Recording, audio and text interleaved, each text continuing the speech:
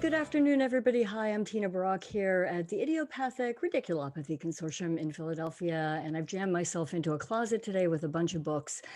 Stories, storytelling, memoir, that's going to be the subject on today's show with our guest, Tanesha Ford. And just a big shout out and thank you to everybody who's joined us here in Zoom and on Facebook Live. And for all of you for whom podcasts are your thing, you can now find us on iTunes and Spotify and iHeart. Add Into the Absurd with Tina Brock. So check out past episodes. We've been going since June, and very, very thankful to you that you have been here with us to make Into the Absurd possible.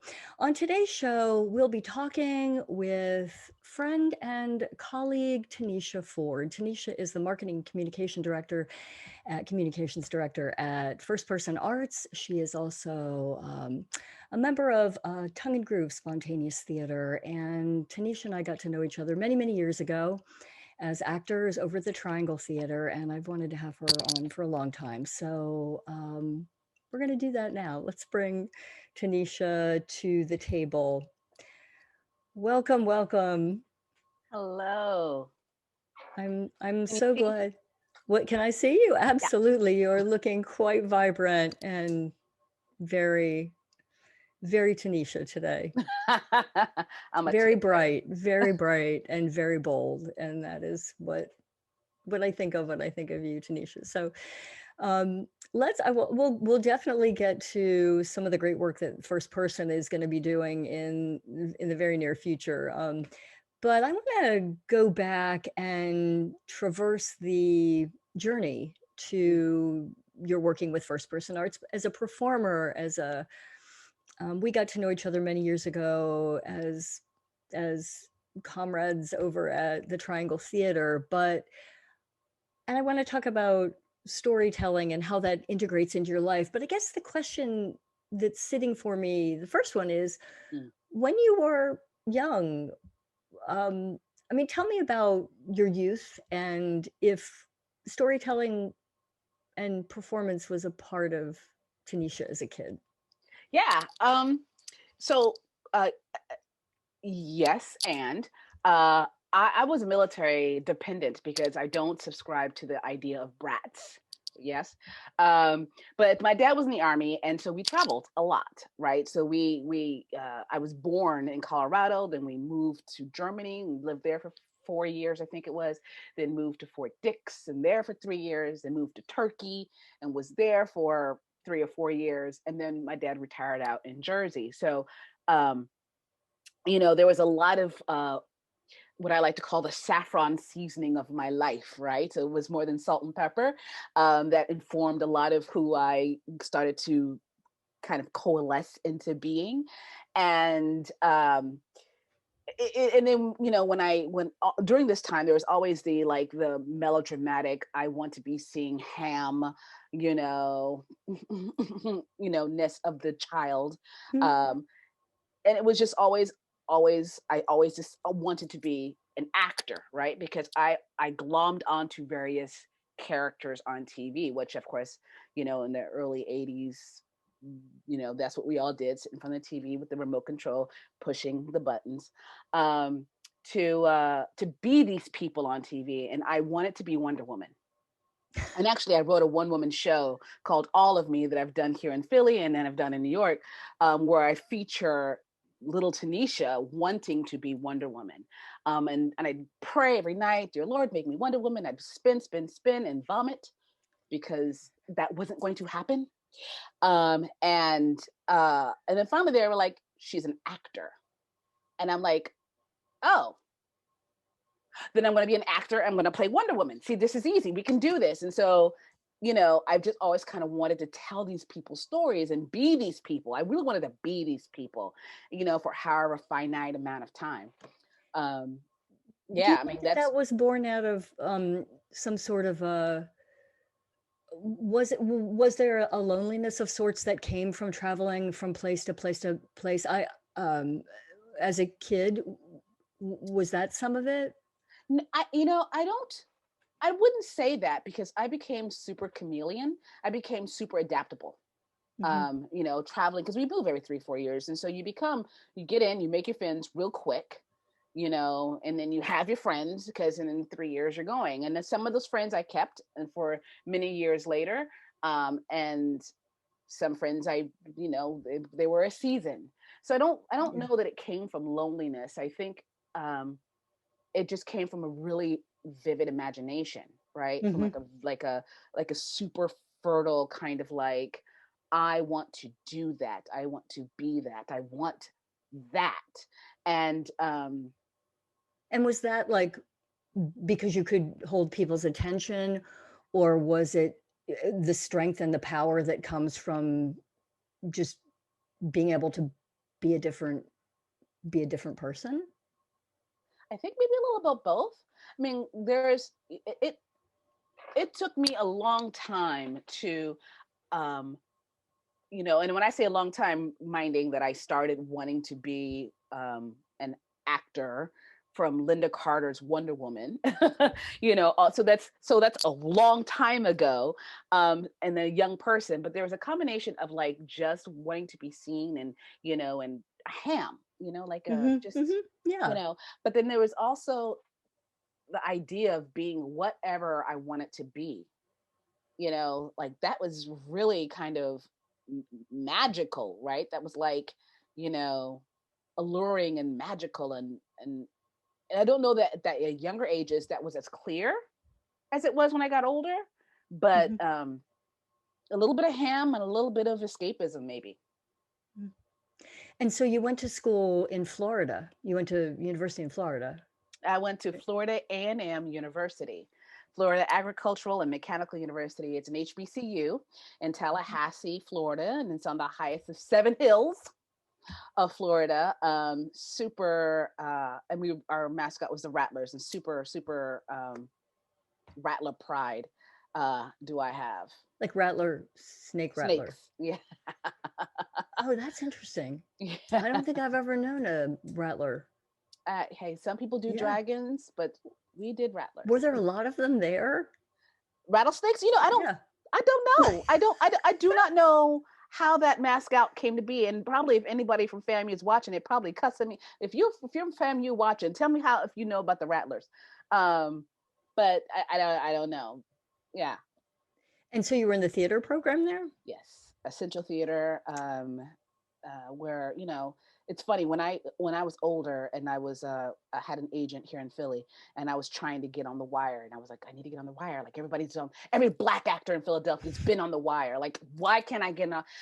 Well, you know, this is certain people who've gone on the wire, been on the consortium, you know, they've been the conservatories, and you know they've done like the Triangle Theater and Florida A&M University. Yeah, no, and I was like, I just have you know that Daniel Sunjata, who won a Tony, Florida A&M, Anika Noni Rose won a Tony, Florida A&M. Please, Meshach Taylor, Florida A&M.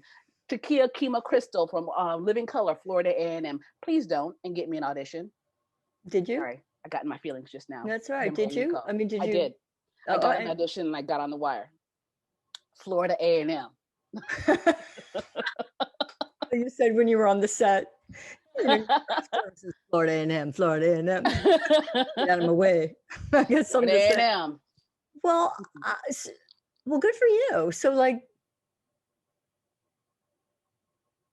I don't know. I have to sort of ask you the question, like, what was your favorite stage experience when you were in school? I have a feeling this is going to be a great story. Just like write a Wonder Woman musical. No, well, I'll tell you, my favorite role, uh, two favorite roles, but the one that first came to mind was we did an adaptation of Hamlet. And instead of Denmark, we were in South Carolina, maybe. And instead of two kingdoms, it was a seminary school, and it was during the civil rights movement. And instead of Marcellus, I was Mother Marcellus of the church. Yes, baby. Yes. And so, you know, the language stayed the same. It's just the space. And it was really, and actually Daniel Sunjata was in this production as well. I just named dropped 3, 4, 5 times. I've become that girl. I've become her. All right. But it was really a powerful experience to like to have such like the Black diaspora kind of overlaid onto Shakespeare, and to like love Shakespeare as something that I could feel like I could own, right? Like I could feel like it's you know, a lot of times, like if I've done Shakespeare straight, right, like straight Shakespeare, and I've always felt like a visitor in a foreign country, right? Maybe like an expat at best, you know, like I've got in. But when we did this rendition, I was like, oh no, I'm home. I'm home. I had a different relationship with it, and it was by pretty much by far my favorite experience on that at school. Did you know coming out of school that you wanted to work? I mean, that was the direction you were going, was theater, right? You wanted to be on the stage. Mm-hmm. How long after you got out then was it that we crossed paths over at the Triangle here in Philadelphia? Uh, I mean, I would say not to, maybe. I think there was a period. There was a period after school when I got lost in working. When I say I got Mhm, lost, I got lost from acting mhm. because I was taking student loans. Oh my God, I have to pay these bills, and I'm a grown person now, and I rent, you know, and I just kind of got lost from it. And I was, you know, traveling 90% of the time and fixed assets and insurance, so not artistic, and and it got, and it was, that was the dark time. Like, you know, we all have a dark time as we grow and develop. That was my dark time, one of them. But so I want to say that was trying not to use numbers out loud, maybe 5 years, 5 years after graduation, that I found Triangle Theater and George Ticenzo. Mhm. Yeah. And so just to sort of lay context to that for everybody, it was a theater over in Northern Liberties, right, North Lawrence Street, that Jane Stojek started with George. And it was we were talking about this before the show, a very fertile and just unusual and important, I think, for all of us in our development, and the way that we got to know each other, and sort of the risks that we could take and what we could try. And we were waxing a little poetic about wanting to have that creative freedom again, or getting back to the place where we could write and do those things. What do you think it was about that time and space that, you know, I don't know, resulted in such a unique partnership between people? I don't. I don't. I've thought about this often, and I don't really. I can't. I know. So how about this? I'll speak for me, because I don't know. I can't speak to the other kind of what people were vibing. But for me, in that time, there was a sense of we were all in this together. It almost had like um uh a seven, you know, like there was that theater Yeah. movement, Hmm. a Yeah. 70s kind of movement feel, where we would spend time, we would go to class on Saturdays, and George would ring us over I mean, he was a brutal teacher, brutally honest. I loved it. Blew no smoke at all. And we would like, okay, and we would go back and we would work our stuff, and I'd call you up, Tina, and say, hey Tina, I want to do a monologue, and la la la la la, and or I'm writing something, Tina, could you read this in class next week? And you know, and there was a sense of community, that where we supported each other come hell or high water in our artistic endeavors, because we wanted each of us to be better, get stronger, Yeah. and we were there for it. We were all, you know, I buy in, you know. Absolutely. Yeah. And I think that that sort of sense of safety and the place that created made it possible for people to take big risks, to grow in a big way, and to not dwell in what did or didn't work. I mean, thinking back on, we were talking about this before the show, but thinking back on some of the left hooks that would come from George out in the office is just like,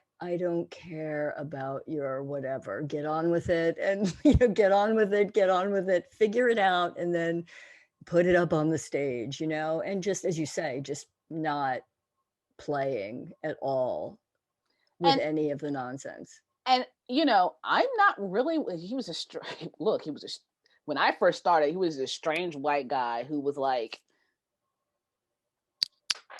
What did he just?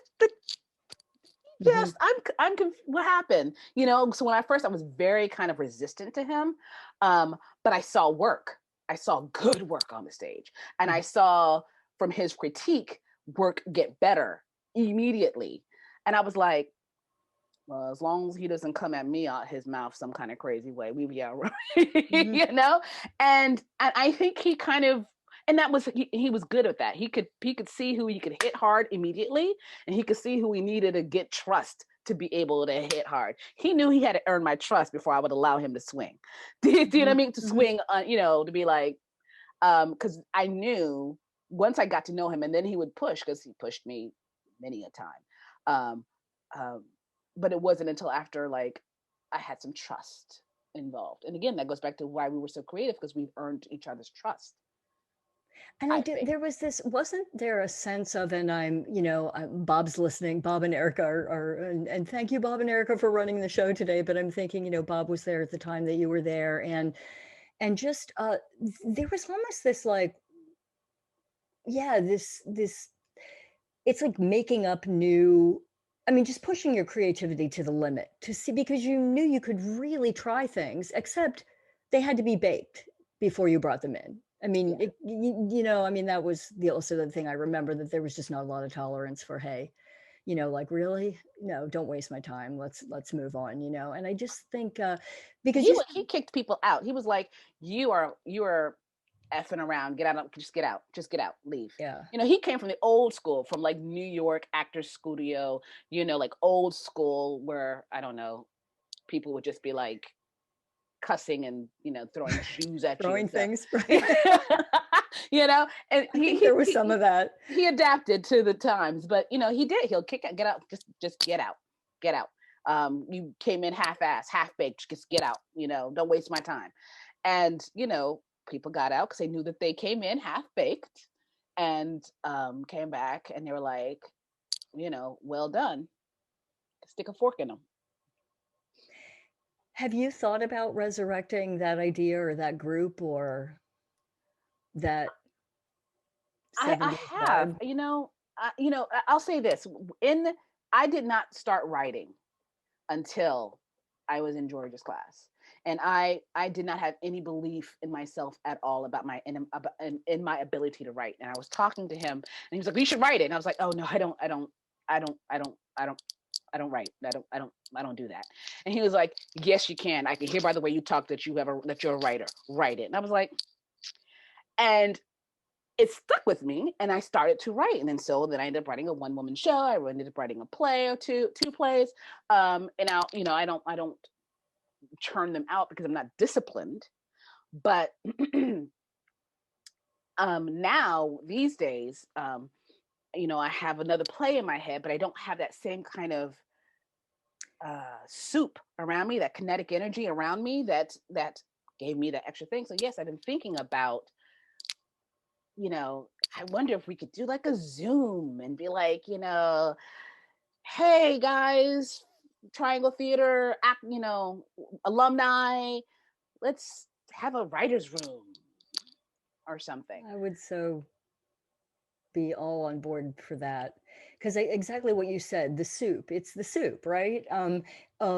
Of this desire to want to bring a dish to the table every week. And even if that dish was like the clunker of the week or whatever, which for me, definitely along the way, there was a lot of that, but it somehow made it really okay to fail. Yeah.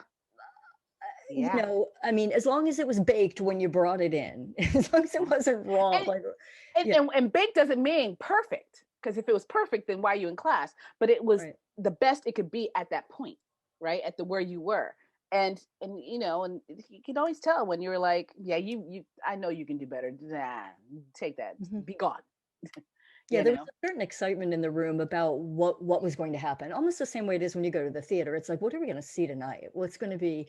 Yeah, it it You had a, working? You're not working. Oh, what you doing? You working? Oh, no, don't tell me. I want to see. You working? Yeah, I'm working. I'm doing something new. Really? Did you write it? Oh, there was just that, you know? oh yeah. And I just feel like that's such an integral part of like, not only community, but just like the community of yourself as a creative artist, and why you develop such great alliances that kind of like hold on and last, because it is like this favorite group of people that really are responsible in a very big way for your development.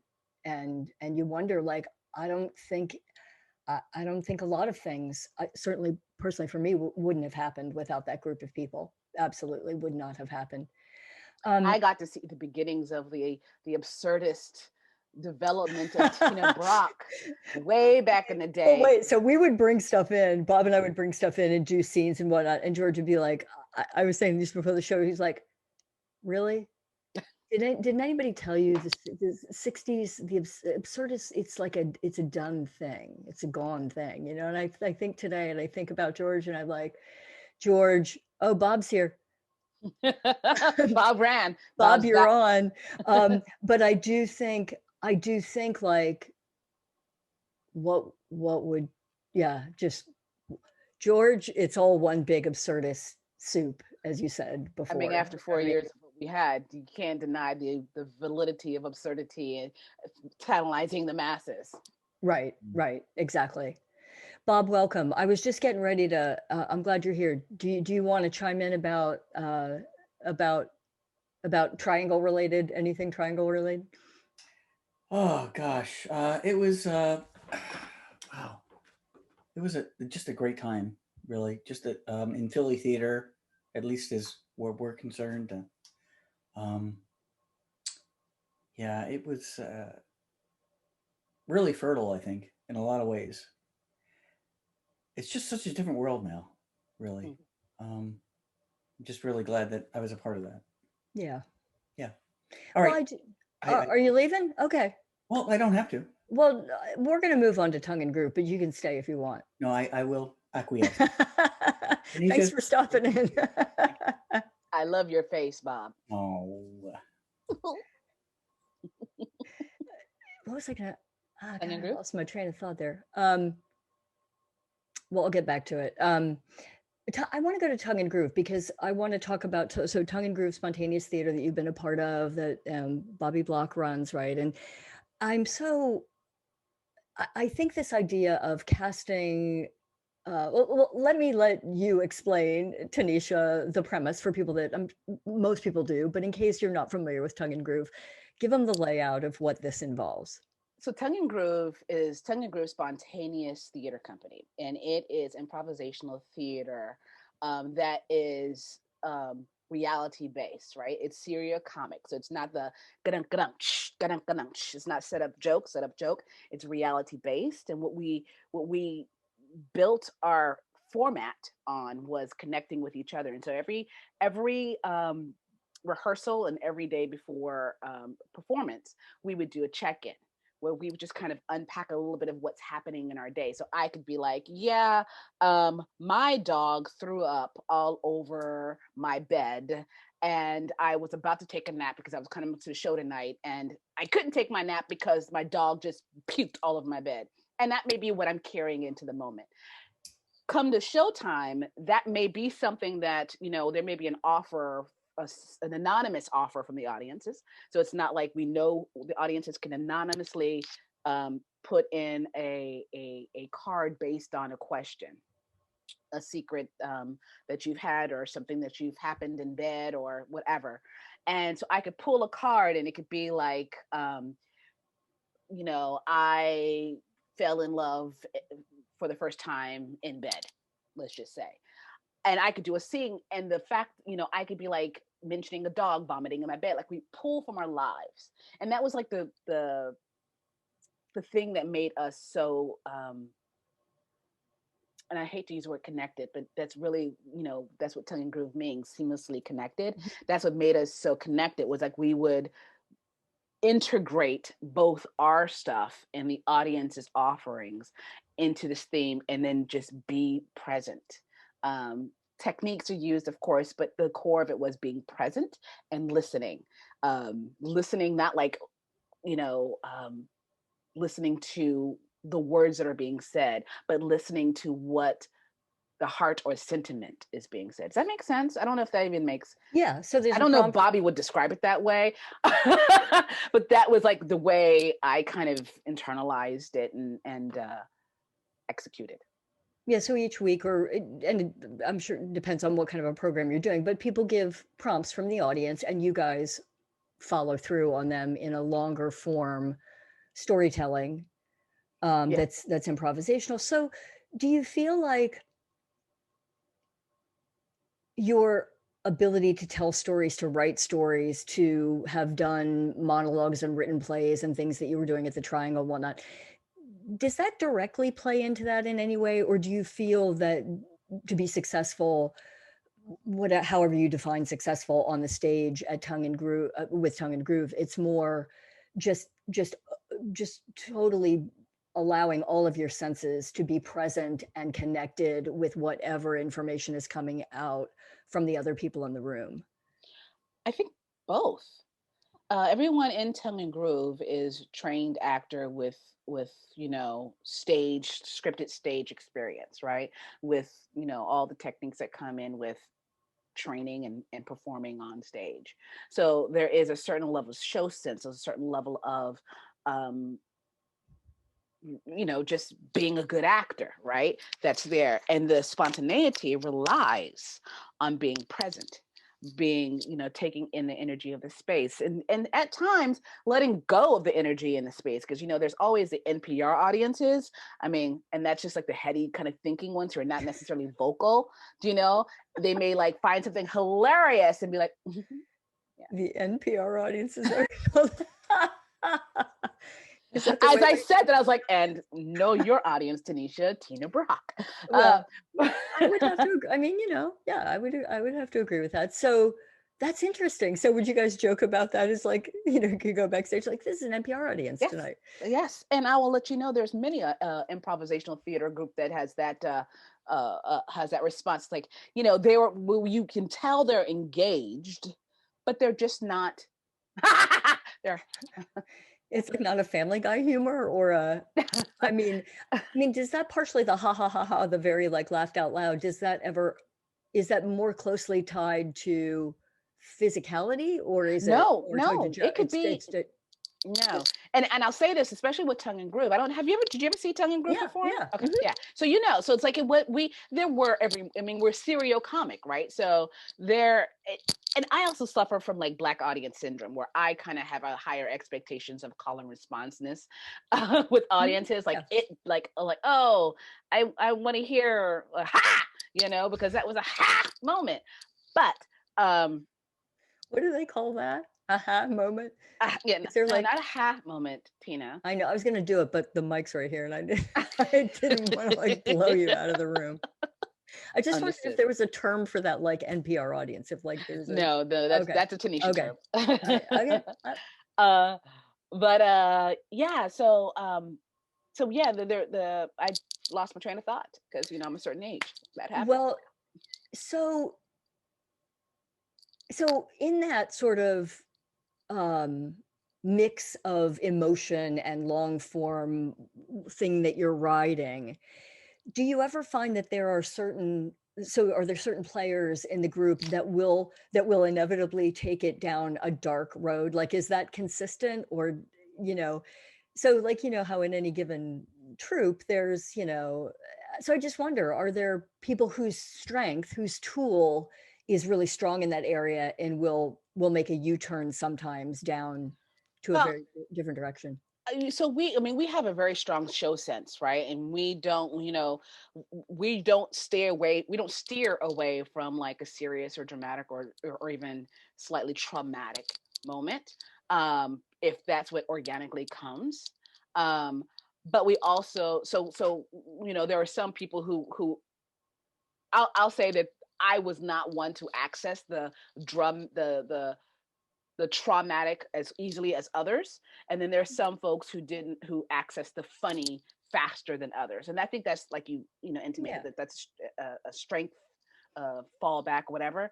but our show sense didn't allow for like two dramatic scenes back to back, right? So if I'm, and we don't know who's going on next, right? So you and Tina are doing a scene, and it's, someone died, right? And Bob's about to come on, or Bob's like, I haven't been on yet. All I know is I can't be dramatic. That's all I know. I'm coming on with an idea, but it can't be dramatic because we just had a dramatic scene. Yeah. So, like if in terms of planning, it's just like, or if we had two people sitting down at a couch or sitting, now the next scene needs to be a little bit more moving, and that's just show sense. Mm-hmm. That, and people are like, how do you rehearse improv? Like, I don't understand. How do you do that? And you rehearse getting used to those kinds of thinkings when you're waiting to come on stage, right? You rehearse like, all right, let's work on show sense this week. And always kind of doing every scene different, just to flex those muscles so you don't lay back in the cut. I just did that. So you don't lay back in the cut and then be like, oh, I didn't realize that there was a dramatic scene. It's just kind of sharpening your awareness so that you can be super present come showtime. Do you think that being present is probably the key tool that you walk into the room with?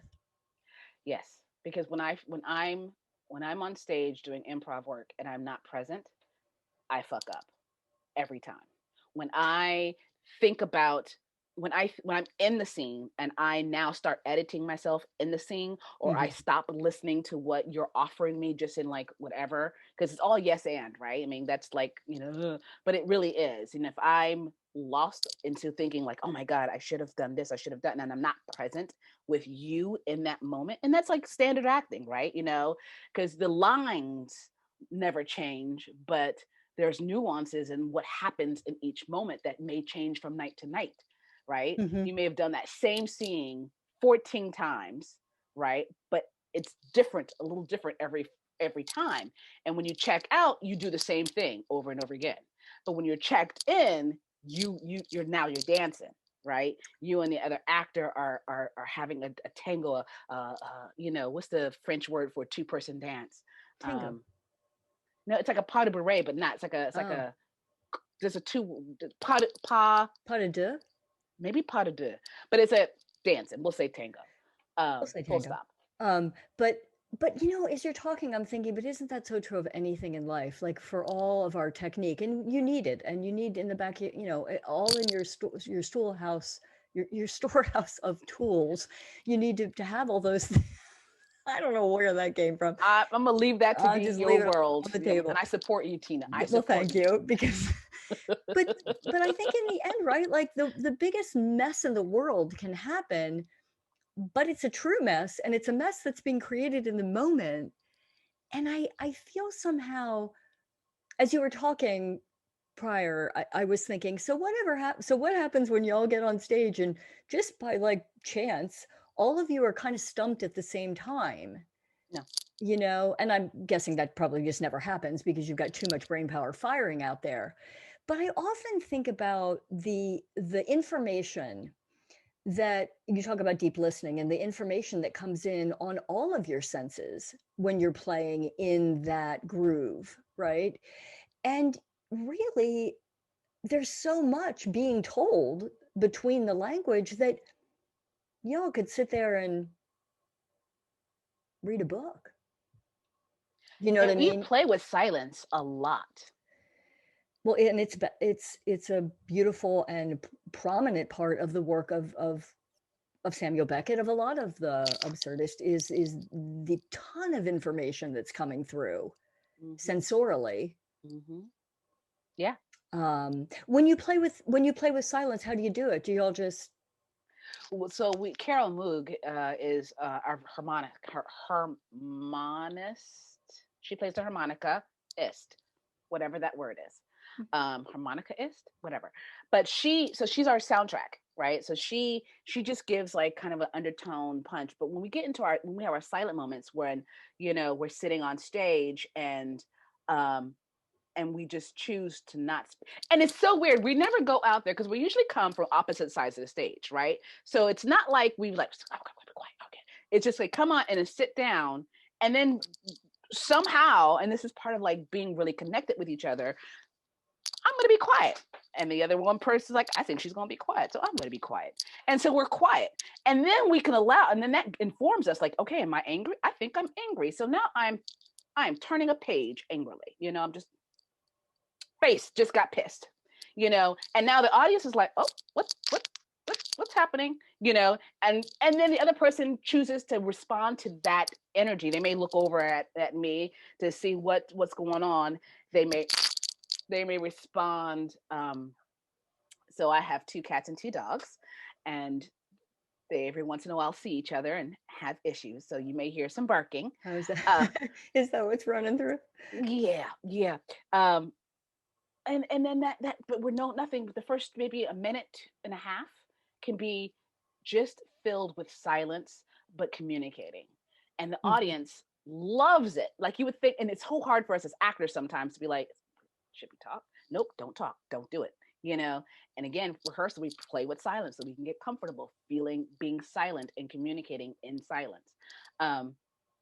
So yeah, I don't know if I answered your question or Yeah, if I you went did. left. I mean, I'm really fascinated with this idea too of, which is not dissimilar to what happens on stage, but because you're creating all of it with pretty much not the frame of language that we generally come in with, right? I mean, it's not, the posts aren't quite there in the same way. I wonder how often you're responding to frustrations internally with yourself versus like a frustration or a response to a fellow actor on stage, or is it both? That you're just riding the wave of listening and riding that wave of emotion? Because so often I'm thinking when we sit in silence or we sit in meditate, wherever we're sitting, that it does pop up a lot of stuff in us, right? I mean, stuff comes bubbling up just as you're sitting there, and then it's like, oh, okay. That's got to be because you know, I think in a regular in a show, not a regular show, but in a show where you have a character and you have a track and you're sort of not doing the same thing every night, but you're playing within that range. I think it could be so fascinating to be surprised by other people on stage when they're responding to inner and your fellow improvisers. Well, you know, I know we're talking about tongue and groove, but that just really kind of ignited in me a moment. My first semi-professional acting gig coming back from California, and Michelle Pauls directed voir dire at, I forget the name of the theater company, but it's in Trenton. Passage? Yes. I don't know if it was called Passage back then, but it's that same space. And we did voir dire, and I was working with Nancy Kutzer and some other folks who actually all ended up at some point, all separately, ended up in George's class in the Triangle Theater. Just found ourselves, we didn't get there together, but we were doing voir dire, and very loosely, it was people who were judging, who were jurors, and it was racially based. A mayor of DC bought some Coke, you know, it's very, you know, and I always said a line to the prejudiced white guy, played by Dennis Meltzer, and always said, you know, to him, "Fuck you." Whatever the line was, I can't remember, but it was because he was the guy. He was the antagonist to my character. Like it was throughout the play, antagonist. And there was a woman who was married, who was dating a black guy, white woman dating a black guy, who was my ally, until she kind of betrays me in the end. But I always blamed the prejudiced white guy. Every night, I think it was a 3-week run. The last night of the show, I had a different reaction to the whole thing. And I turned to the ally and I said to her, "Fuck you." It was a totally different moment. And I turned to her, you know, whatever it was I lying, "Fuck you." And I looked at it. She was not expecting it because every night I had been doing it to the end thing. And she had a moment and she just started crying. And I started crying because I was just like, I felt so betrayed. Like he was like something I was expecting, right? Like you did what you were supposed to do because you're that guy, but you were supposed to be someone different. And then the last night was a very different feeling. So the question made me think of that, like, you know, of like that same thing, but it's being present, and whatever that silence, whatever that soup is that happens before the execution of your motivating line or whatever informs so much, and it can change. But if you're not listening, if you're not present, you can miss the thing, the yeah, catalyst for it. Yeah. Um, James Tolbert is in the room. He was also in the Triangle. Fabulous actor. So many questions here. I want you to help me with them.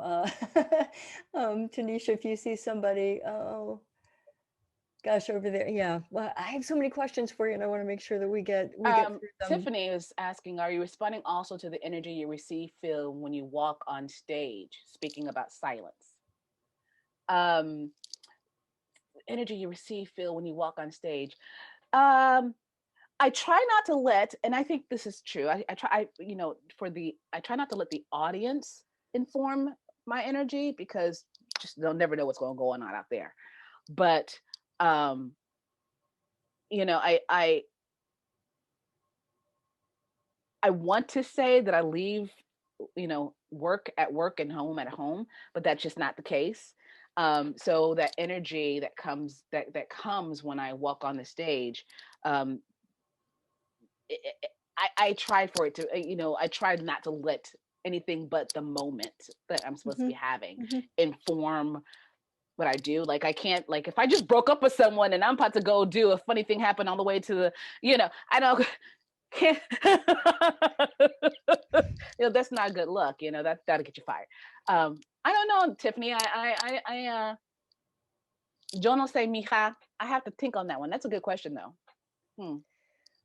Well, there's a certain, it feels like to me there's a certain plays that we've worked on that have a lot of silence in them, or, you know, we did Endgame over at the Triangle, and, you know, spent a great amount of time, Dennis actually, spent a great amount of time in trash cans and sort of meditating and the thing that you do when you're in a Beckett play. And it really does extraordinarily excavate an enormous amount of also the confinement of trash cans and what goes on in Endgame.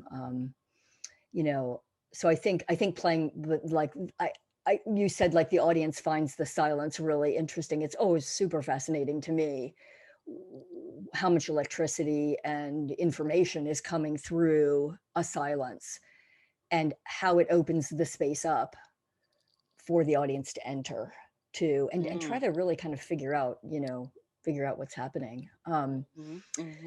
So jumping from tongue and groove over to first person, and the work that you're doing as marketing communications director there, I guess I'm interested to know about all that you've done, performed, written, and how you can use that in service of helping other people to craft their stories, and you talk about the healing of that, and that's a particular place of interest for me, is like, how does telling your story, I mean, telling your story is telling your story, but I'm going to stop talking and let you in. No. I'm just like backing around on myself. No. So I started with First Person Arts in October of 2017. And we were in the final stages of an organizational transition, right? We were maybe 18. We were 18 years old at that point. And you know, the First Person Arts, and for those of you all who don't know, let me back that up. First Person Arts is a nonprofit storytelling organization that believes that everyone has a story to tell, and we provide an embracing environment in which you can tell that story, right? And so we do that in in a sundry of ways through true personal narratives, but it can be done in a sundry ways, whether it's through our monthly story slams or our curated events. And our curated events are where people have work that's based, whether it's singing, dancing, literary, theatrical, or just, you know, straight storytelling, like on our slams. We lift and edify like the true personal narrative. And in terms of like the healing process, because everyone, you know, we have a new podcast called #us, Unique and Shared Experiences, because we believe that everyone has similar stories, right? And I like to say, you know, a man who loses a child, we can relate to, right? Like you relate to loss, whether you've had a child or didn't have a child, but to hear a story about this man losing his child, we can be like, that must be traumatic. Oh my gosh, oh my stars. Then this is a gay man who's lost his child, right? Now we can still relate to it, but now we are now open to hearing how his particular experiences may be slightly different. It's unique to him, but it's a shared experience, right? Now it's a gay man who's African American in the South who lost his child. And so it's still a shared experience, but it's still unique. And it allows for us in sharing our stories and kind of peeling back that vulnerability. We create opportunities for people to have transformational experiences, right? Where we can go from this place of, oh yeah, I've lost before, and then to be like, oh, and to be open to like having a perception transformed through telling a story, with sharing a story, peeling back and being vulnerable with a story. Full stop. And do you think that's because in its, I guess in its best light, it is speaking directly, well, as you say, it's speaking directly to the vulnerabilities that we all have, which are universal, and it's sort of cutting through the happy talk or whatever the static is around the day-to-day sort of information that we take in and give out, particularly in a time like this when we aren't able to, you know, when we're not having as much in-person contact as we were before. Although I would argue, and I would love to know your thoughts on how this virtual medium, how you all are using the virtual medium, and if you're finding that to be a useful and strong way of making those connections, because I think it can be. It has been. It has Yeah. been. It has. We, you know, we're we're able to reach way more people, and we've loosened the barriers for people to going out and experiencing this have dropped.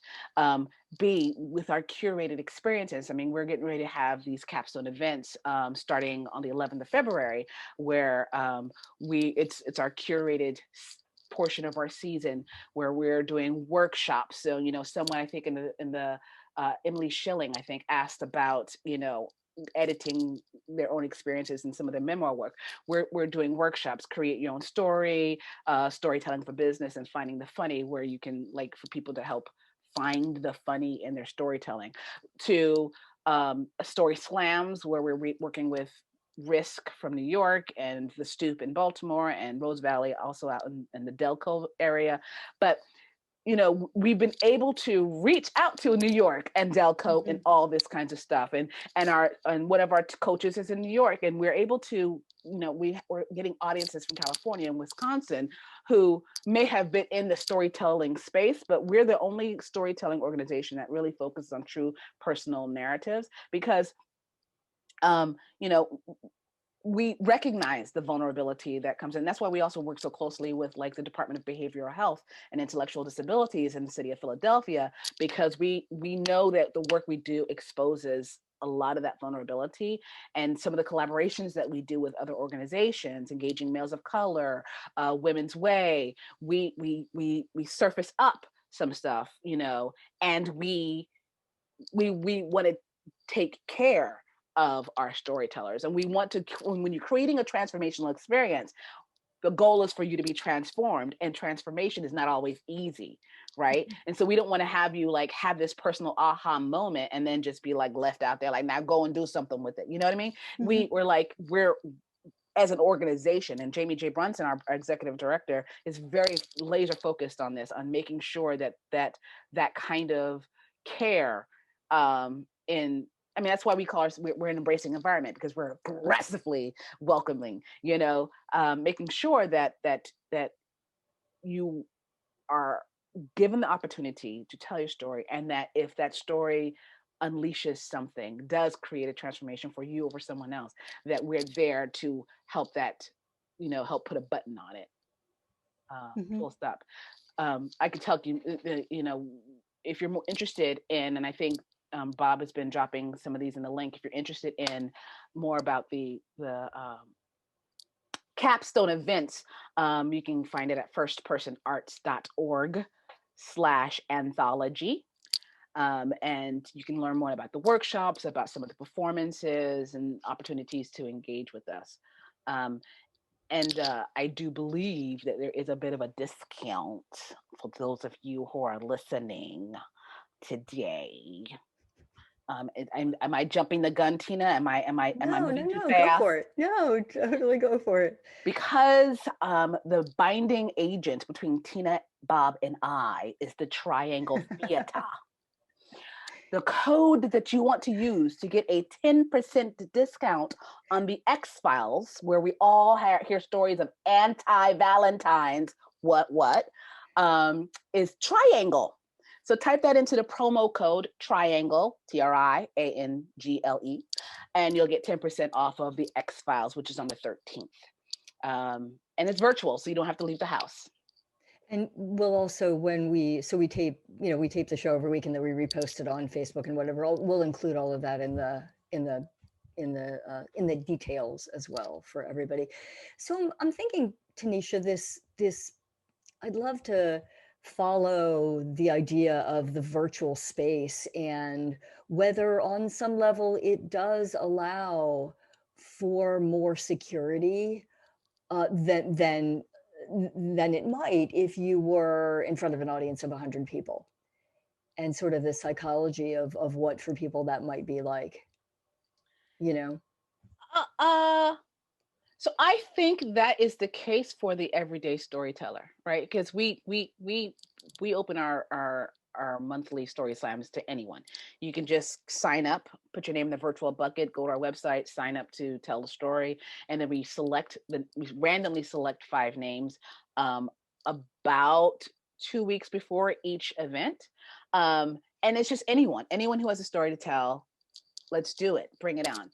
And that anonymity of being in your own house, in your own personal enclave, and not seeing all the faces or hearing the laughter or not laughter, can be like a safety net. It can be like, oh, I can do this. I'm just telling a story.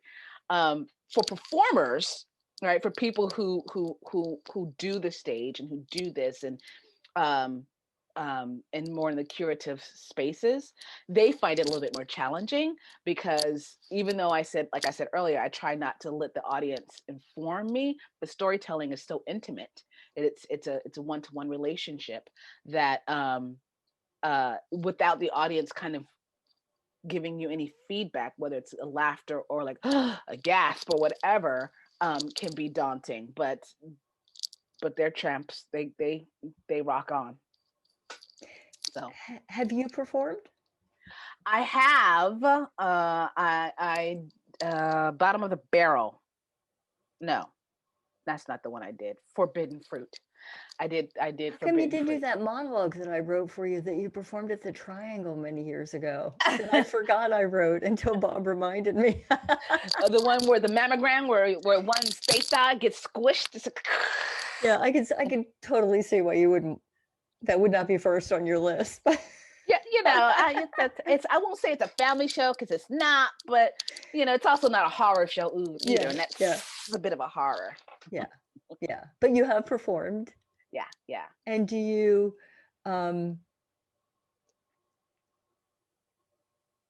I guess, do you miss it? I mean, I know you do, you're performing with tongue and groove and whatnot, but are there times where um, you think to yourself, gosh, is the balance right for you? Is the question.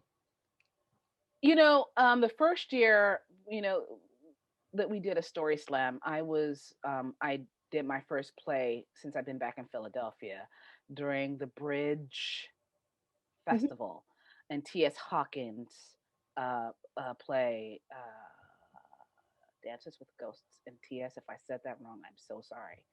I'm so sorry. But it was a choreo poem and a choreo play, and so I was doing it simultaneously. I was rehearsing and getting ready, and it's like the first play I'd done in a minute, rehearsing and getting ready for that, and my first festival, getting things ready, we're implementing some new stuff. And after I got off the stage of the play, I did not have, I was like, right. And I came from, and then I ran over to the theater where we were putting up a thing, and I was doing my marketing thing, and I left there and I was hyped. It's like, okay, whew, whew. And I realized that I had somehow transitioned that high. And maybe it's just because it was my first play and I have to get it back in my blood again. But in that moment, I was like, the high that I got from being on stage, I think I'm getting it now from being a marketer. Oh, wow. Yeah. And and and I had to sit with that for a minute because I had so long identified as an actor. Like, what do you do? Well, I'm an actor, but I work at blah blah blah blah. And Mhm. George used to make us. He was like, "You guys need to stop not claiming it. Just claim it." And it was through his tutelage that I learned to claim that I'm an actor. Um, but when I realized that high was coming from the marketer place and not from the actor place, I really had a midlife crisis. I don't know what one want to call it, but I had a moment of like, no bueno. I don't know how I feel about this. Yeah, but isn't that so great that in this cellularly combining your love of performance with the idea when you were speaking about first person initially, what I kept thinking about people telling the stories and everybody has a story to tell. George's words were ringing in my ears that you have a story to tell and it's an important story and it's a unique story and it's your story and it's important and I could hear that again. And so that makes sense to me that that's in your DNA. Do Yeah. you know what I mean? To help other people do that and to know that you're supporting the richness of, as you say, transformation and of people like just becoming, telling their unique story and living that story. That I could see the crossover would be very powerful. Yeah. I really, I mean, I had a late in life return to grad school and got my master's in arts administration when I left out of New York after doing the acting thing in New York for years, and I'm really really happy, right? Like really like truly honestly happy with the kind of work we do at First Person Arts. Like I always said I wanted a job that even on a bad day it's a good day because I love my work, right? And that's and I mean, hand to God, that is what I'm experiencing at the First Person Arts organization, right? Like it's even on the days when I want to shake the shit out of somebody. I love the work that I'm doing. It's you know what I mean. I'm sure it's not this. It can't be too different for you with IRC. Like on the days when people are not learning their lines, or they're not in the rehearsal, or that the rental fell through, or whatever. You love the work that you're doing, so it kind of makes it all okay. Yeah, I think there's enough in the cell there, enough different DNA in there that, and particularly, yes, particularly when you are hearing, seeing the fruits of your labor. That's my mother's grandmother, my mother's grandfather clock going on right now, which means that I have talked that I am not paying attention because I'm so into what you're saying. But so we'll make sure, Tanesha, that and all that means is that we have a duty to let people have a real meal. And but I want to thank you so much for coming on, and I love this idea of rejuvenating some creative cavern where these things can happen. It sounds like you're in that creative cavern over at First Person, but I would love to see if that could happen. And for everybody who's wanting to check it all out, Emily, everybody who wants to check out more, we didn't get into the memoir part of it, but that's what's coming up at First Person Arts. So check it out. And Tanesha, thank you so much for all the work that you're doing here. And I hope that we can find a trampoline somewhere and get to bouncing. Yeah. Yep. Yeah. I think so mote it be. I think so. These things happen for a reason. All right. All right. Good night. Thank you so much. Yeah. Bob, love you. And thanks to everybody for being with us. And I hope you'll be with us next Saturday at 5 p.m. Zave Smith is coming on. He's a photographer in Philadelphia, New York, and his work is philosophical and it's passionate and it's wonderful, engaging. We're going to be showing a lot of his work, talking through it, his growing up in the Midwest and how he really finds this very singular way of pulling out the energy of his close-up portraits of his subjects. So that's coming up next week, Saturday, February the 13th on Into the Absurd. So listen, happy Super Bowl to you all. Everybody keep your mask on. Have a great day tomorrow. I'm wishing you health and happiness and hope to see you at the table next Saturday at 5. Thanks for being around.